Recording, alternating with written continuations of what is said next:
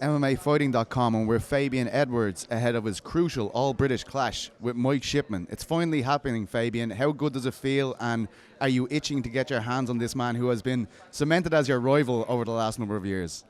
It's going good. I am itching. We're doing a head-to-head, and it's only because we got warned by Scott Coker not to put hands on each other. Otherwise, the fight would be called off. Is the reason why I never put hands on him.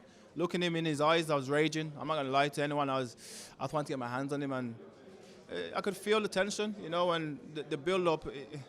I don't know. It just got me excited. Excited, but at the same time raging. So I'm happy that in a couple of days I got a chance to finally do it. You know what I mean?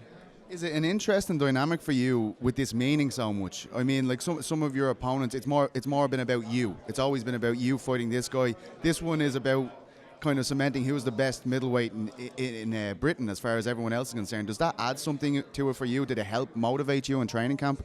Yeah, it did. Because honestly, me looking at Mike Shipman, I don't see him as a tough opponent, but because everyone else views him as this top guy, everyone views him as this guy that's going to give me problems, that motivated me. You know what I mean? I'm up at 5:30 in the morning, I'm fucking running at 11:30 at night. I'm training at any times. You know what I mean? Training's been crazy for this one, so it's motivated me a lot, and I'm looking forward to going out there and showing that on Saturday. What has he said to you that's got under your skin? Like, I mean, you just said there that, like, you're raging when you're face to face with him. What is it that he's saying to you, or what is it that he's giving off that annoys you so much? Just look at his face. That's it. He's got one of those faces that you want to punch. You know what I mean? So he's got one of those faces you want to punch. And then plus just the build-up, you know what I mean? Like, he offered to fight me in the gym for free, and really and truly, I've came away from that lifestyle. I've came away from having street fights and all of that bollocks, you know what I mean? So I'm not going to go back to it to fight another professional fighter.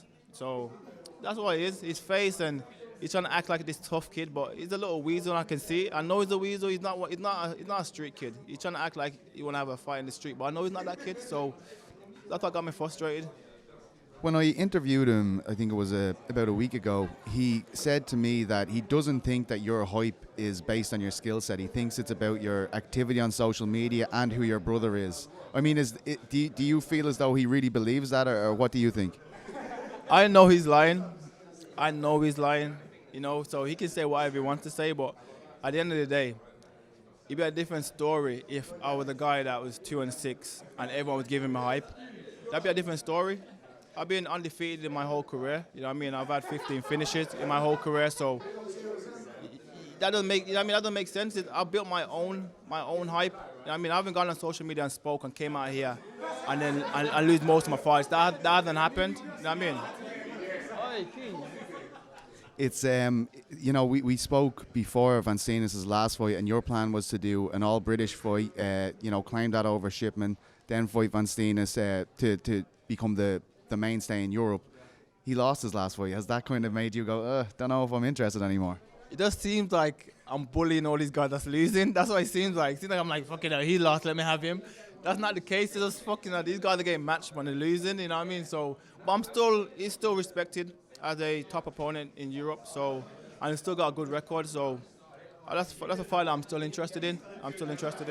So is that still the situation? This one, Van Steenis, and then into the title fray. Is that still the way you've planned it out?